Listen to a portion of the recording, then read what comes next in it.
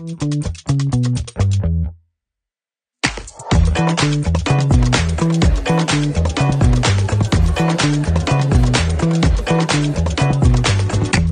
passe le micro au grand témoin, Abdelali. Tu as entendu, tu écoutais avec beaucoup de passion. Et le dernier mot, c'était hasard. L'autre mot avant, c'était rencontre. Rien qu'avec ça, tu peux nous dire quelque chose, en quelques mots. J'ai surtout entendu amour. C'est Fadila qui le disait. Je pense que nous, en fait, on travaille beaucoup avec amour parce qu'il y a une réalité au quotidien. La prise en charge des patients, elle est complexe, les familles, mais aussi l'entourage.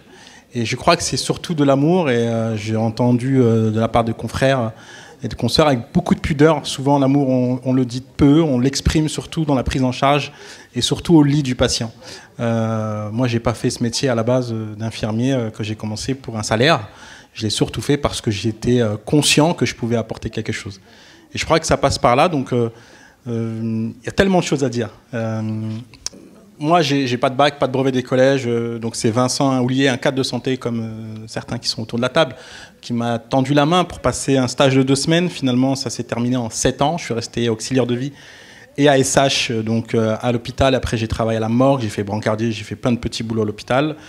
C'est ce qui m'a permis en 2007 de devenir infirmier et de pouvoir après passer le concours. Alors, j'avais notamment pas le bac. Donc, c'était une complexité parce qu'à ce moment-là, c'était le bac et pas du tout le Parcoursup comme aujourd'hui. Et la directrice d'un établissement, avec le concours et le soutien de Vincent qui a été super, Madame Souleymane, d'ailleurs j'ai appelé mon fils Souleymane comme ça, elle m'a donné l'opportunité de passer le concours. J'ai passé le concours que j'ai eu et là je suis rentré à l'école.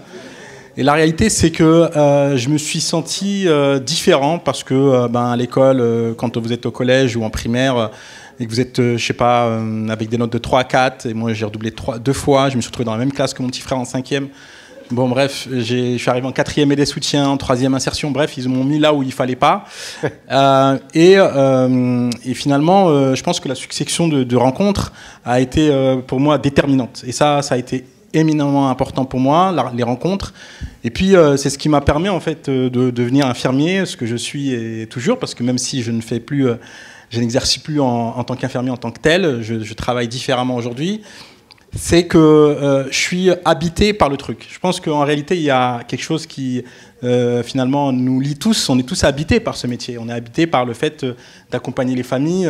Le collègue qui parle d'une clinique, en réalité, ce n'est pas un établissement qui dirige. C'est des hommes et des femmes qui, tous les jours, se lèvent pour accompagner un certain nombre de gens. Donc, voilà, c'est...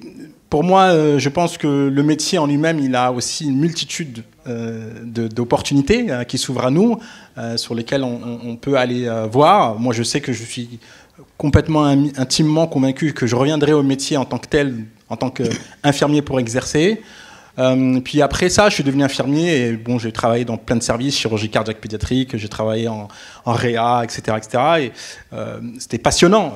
La réalité, c'est qu'il y a une charge mentale et une charge physique sur lesquelles nous, en tant qu'infirmiers, on n'est pas prêts finalement. Dans le métier, dans les études, on nous prend, il y a beaucoup de théories et en réalité, je pense que le métier d'infirmier en lui-même, c'est beaucoup d'abord de soi-même.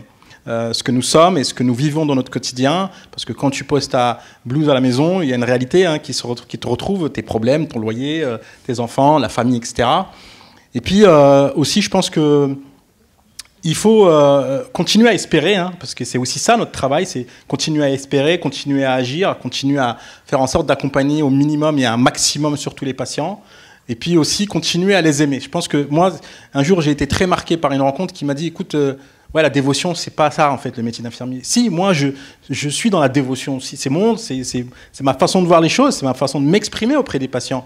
Alors ça paraît un peu spirituel, ça paraît un peu au-delà des choses, mais je crois que le métier d'infirmier, c'est aussi une dimension immatérielle qui nous touche et qu'on doit continuer à préserver dans ce monde, parce qu'il y a une réalité aujourd'hui. Quand on sort d'ici, il y a beaucoup de choses qui aujourd'hui nous marquent. La société comment elle est, la crispation. Et le métier d'infirmier, je crois que le métier de soignant doit être celui aujourd'hui qui continue à préserver cette dimension immatérielle. Et je crois en ce métier, je crois aussi au fait que chacun d'entre nous individuellement, on a une capacité de transformer la société positivement. Et ça, souvent, on l'oublie. parce que, en fait, on est cantonné à être des infirmiers avec une blouse. Non, vous n'êtes pas que des infirmiers avec une blouse. Vous avez une priorité où là, d'autres ne sont pas, et vous êtes, pour nous, et pour la société, pour nous, hyper essentiel et important. Et je crois aussi que souvent, on l'oublie, et ça, c'est important de continuer à le préserver. Donc oui, voilà... J'ai d'autres choses, mais effectivement... C'est pas mal, là, déjà. Abdelali, de manière très courte, pareil, là, ce qu'on a entendu, et en particulier sur l'aspect des gens, problème de management, problème de gens qui vont abandonner avant la fin, ainsi de suite. Toi, ta réaction? Et qu'est-ce que... On a eu un petit peu des pistes, quand même, qui ont été un petit peu données sur la formation, sur tout ça. On a certainement à nous donner.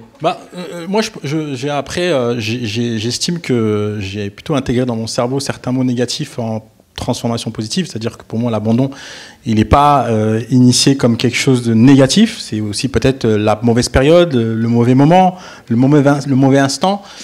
Pourquoi? Parce que l'abandon, souvent, il est lié aussi à un moment de perte de courage. Et je crois qu'en fait, on a tous nos difficultés qui nous amènent à un moment donné à pas finir ou pas aller au bout de quelque chose. C'est plutôt c'est le début de quelque chose plutôt que la fin de quelque chose, l'abandon.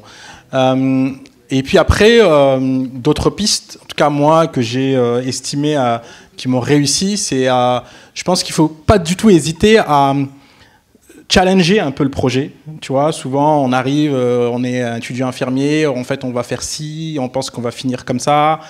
Et je crois que le métier en lui-même, si on a envie de faire des choses, c'est, je pense, sortir de sa zone de confort. Chose que souvent quand on reste, surtout en psychiatrie par exemple, on va rester 20, 30 ans, il y en a qui restent 40 ans en psychiatrie, et c'est parce que c'est une forme de confort. Et je crois que il faut aussi pas hésiter à faire d'autres expériences au bout de 3 ans, aller à un autre service, aller à la rencontre d'un service plus technique, moins peut-être, ou parfois même plus administratif, parce qu'il y a des infirmiers par exemple que j'ai rencontrés dans mon travail en néphro qui faisaient de la recherche scientifique, des infirmières en recherche scientifique, qui sont probablement moins vues mais qui sont aussi tout aussi importantes.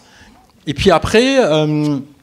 je crois aussi à la dimension clairement de la cohorte, c'est-à-dire de faire en sorte qu'ensemble, on puisse aussi se parler, se dire des choses. Parfois, moi, j'ai vu dans le métier des espèces de camps entre les uns et les autres, l'équipe 1 contre l'équipe 2. Moi, j'ai jamais compris ça. L'avantage d'avoir été ASH pendant très longtemps, souvent très peu invité au pot de départ, d'ailleurs, les ASH, ils n'étaient jamais invités. Bon, je ne sais pas si maintenant elles le sont, mais c'est toujours d'avoir en fait un esprit où tu dézoomes, c'est-à-dire que tu regardes les choses un peu de 360. Tu ne regardes pas les choses frontalement.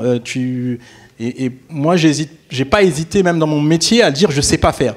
Un calcul de dose, je ne sais pas faire. Voilà. Par contre, je demande à mes collègues. Parce que souvent dans le métier, on n'ose pas dire nos faiblesses. On dit que nos forces. On dit pas oh, tiens, je sais pas faire un calcul de dose. Je vais me tromper sur la noradrée. Je vais me dire... Justement, c'est parce que tu n'auras pas dit que tu vas te tromper que tu vas créer un danger.